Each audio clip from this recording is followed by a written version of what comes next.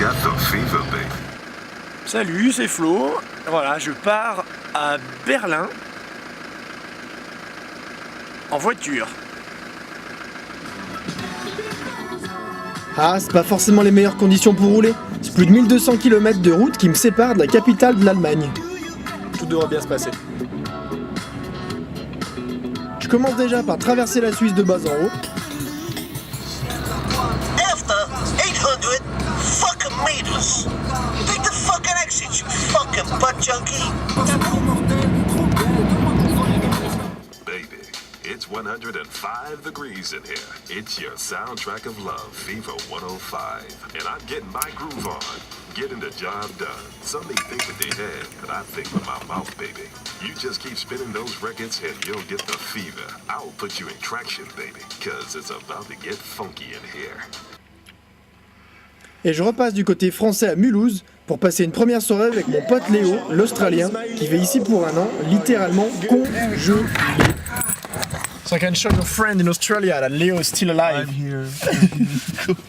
It's damn cold.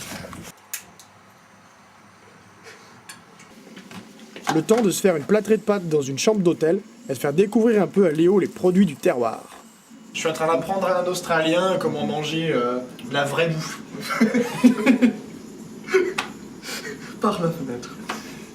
Une baguette, une tranche de sauce. Tiens. Normalement avec du beurre un peu. Non. C'est fort. Ouais, ça.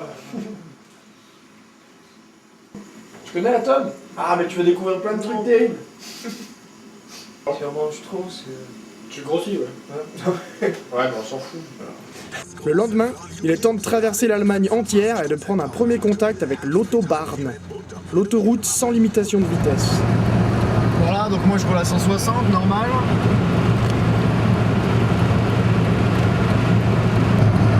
Je viens de me faire les codes phares derrière.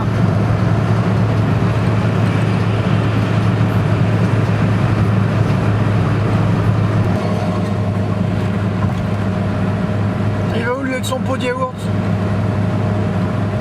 8 heures de route plus tard, et c'est l'incruste chez Christian, au centre-ville de Berlin.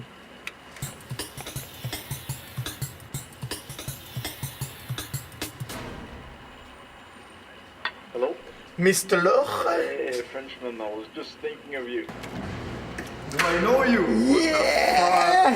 How is it going? It's been a long time. Christian, bro. Damn. Nice seeing you again. Come in, come in. Je me demande bien ce qu'on va faire à Berlin. Welcome to Berlin BS. La première chose à raconter à propos de la capitale, c'est son histoire. Non, je déconne. Même si celle-ci conserve beaucoup de traces de la guerre, on l'a déjà apprise en cours, encore et encore. Mais il est intéressant de voir ce qui reste de Berlin-Est et Berlin-Ouest. Dans le premier, de vieux bâtiments rénovés après-guerre, avec très peu de fenêtres, des monuments témoignant de l'occupation soviétique. Pour eux, il n'y a que la taille qui compte.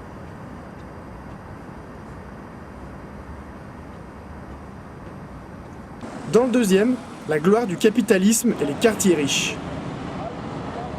Enfin, ce qu'il reste du mur, c'est un peu une œuvre d'art, à l'image de la ville. Culture alternative et squat d'artistes. Il faut dire qu'il y a une très bonne ambiance de nuit, et le couvre-feu, désormais interdit, les bars n'ont aucune heure de fermeture obligatoire.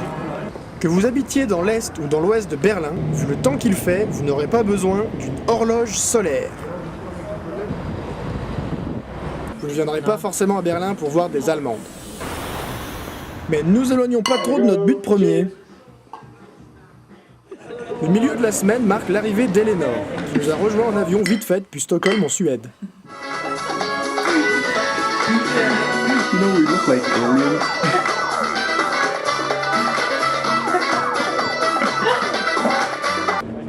Ensemble, on va aller goûter les spécialités de la ville, à commencer par les currywurst, la saucisse au curry.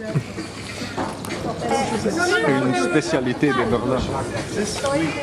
Pourquoi pas. Prendre un verre de Glühwein, le vin chaud avec du rhum. Le tout servi avec, bien sûr, un peu de bière locale, la Berliner. Les Allemands ont une longueur avance par rapport au renouvellement durable. leurs bières sont consignées, ainsi que pas mal d'autres emballages. Il est donc possible, en rapportant les bouteilles et canettes abandonnées, de se faire un peu d'argent de poche. Berlin est une ville immense, avec beaucoup de place, et la plupart des parkings sont gratuits.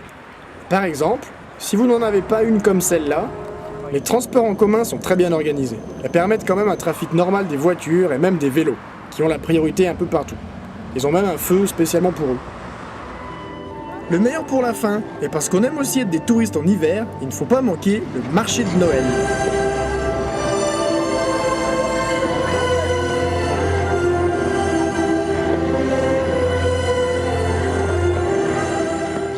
Entièrement reconstruite après la Seconde Guerre, Berlin, c'est la capitale et aussi la ville la moins chère d'Allemagne.